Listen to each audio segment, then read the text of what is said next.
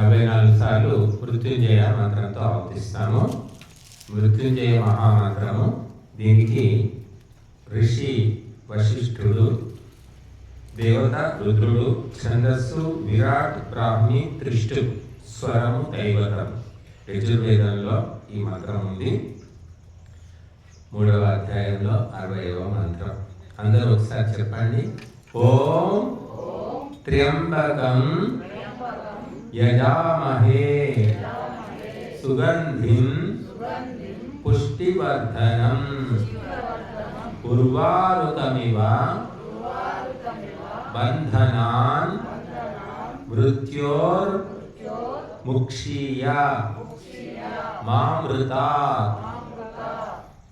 అర్థం చెప్పండి. సువాసనతో కూడి పుష్టిని కలిగించే పండిన కర్బూజా పండు అనాయాసంగా తీగ నుండి తనకు తానే వేరైనట్లుగా ఓ సృష్టి స్థితి లయకారక పరమాత్మ మమ్ములను కూడా అలాగే మృత్యువు అనగా అవిద్య నుండి విడిపించుము, కానీ అమృతత్వము అనగా విద్య నుండి వేరు చేయకుము అని ప్రార్థిస్తున్నాము.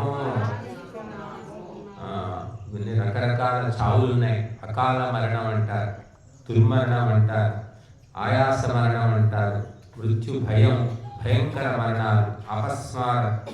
ఇవన్నీ తొలగిపోవాలంటే, పూర్ణాయువు పొందాలి అంటే ఈ మంత్ర జపము ప్రతి ఒక్కరూ చేసుకోవాలి. సహజ మరణం అంటే ఎటువంటి బాధ లేకుండా ప్రశాంతంగా చనిపోవడం. అది ఎవరో కొందరికే పుణ్యాత్ములకు వస్తుంది అని చెప్తుంటారు.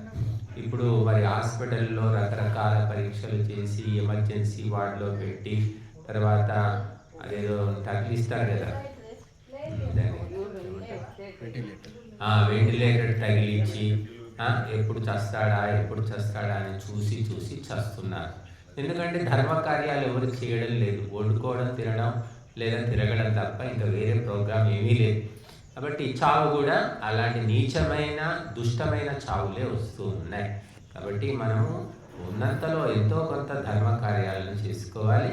ఇప్పుడు మృత్యుంజయ మంత్రంతో 54 సార్లు ఆహుతులు ఇస్తాము. మీరు మరీ అదేదో మొహానికి పౌడర్ రుద్దుకున్నట్టు చిటికెడు వేస్తున్నారు. సామాగ్రి మంచిగా వేయటమ్మా, ఉంది సామాగ్రి మంచిగా చేతి నిండా వేయండి. మంటలు జ్వాలలు ఎక్కువ ఉన్నప్పుడు ఎక్కువ వేయండి, జ్వాల తక్కువ ఉన్నప్పుడు తక్కువ వేయండి. మంటలు ఎక్కువ ఉన్నప్పుడు నెయ్యి తక్కువ వేయాలి, సామాగ్రి ఎక్కువ వేయాలి.